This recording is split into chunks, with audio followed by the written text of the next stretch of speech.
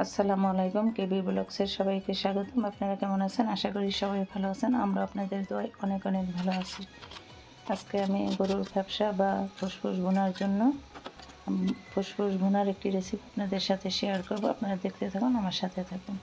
আমি প্রথমে আদা রসুন বাটা, গরম মশলা, জিরা বাটা, হলুদের গুঁড়া, মরিচের গুঁড়া, ধনিয়ার গুঁড়া, জিরার গুঁড়া একসাথে দিয়ে, গোটা গরম মশলা দিয়ে, তেল দিয়ে, লবণ দিয়ে ভালোভাবে মিক্স করে আমি একটু কষিয়ে নিব, যাতে মশলার কাঁচা গন্ধ না থাকে। সেভাবে আমি ভালোভাবে কষিয়ে ভাজা ভাজা করে নিব। ভালোভাবে কষিয়ে নিয়ে আমি ঝোলের পানিটা দিয়ে দিব। আমি একটু ঢেকে রাখলাম, ভালোভাবে কষিয়ে নিলাম। আমি ভালোভাবে কষিয়ে নিলাম। কষিয়ে নিয়ে আমি ঝোলের পানি দিয়ে দিলাম। ঝোলের পানি দিয়ে একটু শুকনো শুকনো হয়ে গেলে, ভাজা ভাজা হয়ে গেলে আমি নামিয়ে নিব।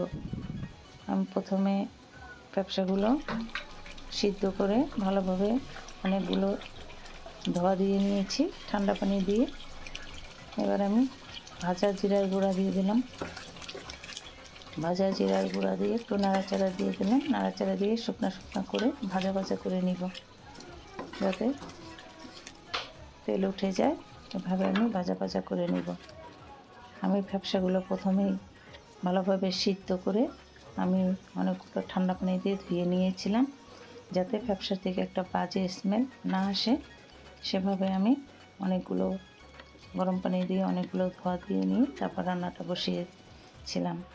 আমি একটু শর্টকাটে আপনাদের রেসিপিটা দেখালাম, ভিডিওটি বড় হয়ে যাবে তার জন্য। এবার আমার রান্নাটা হয়ে গেল। আমি ব্যবসা বা ফুসফুস ভুনা করলাম। এভাবে আমি রুটি বা পরোটার সাথে, মুড়ির সাথে আমরা এটা পছন্দ করি। ভাতের সাথে বেশি একটা খাই না। এভাবে রুটির সাথে যখন খাবো আবার ভাজা ভাজা করে নিব।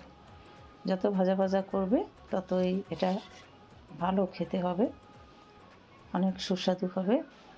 আমার ভিডিওটি যদি ভালো লেগে থাকে, লাইক কমেন্ট শেয়ার করতে ভুলবেন না। অনেক অনেক ভালো থাকেন, সুস্থ থাকেন, নিরাপদে থাকেন। আল্লাহ হাফেজ।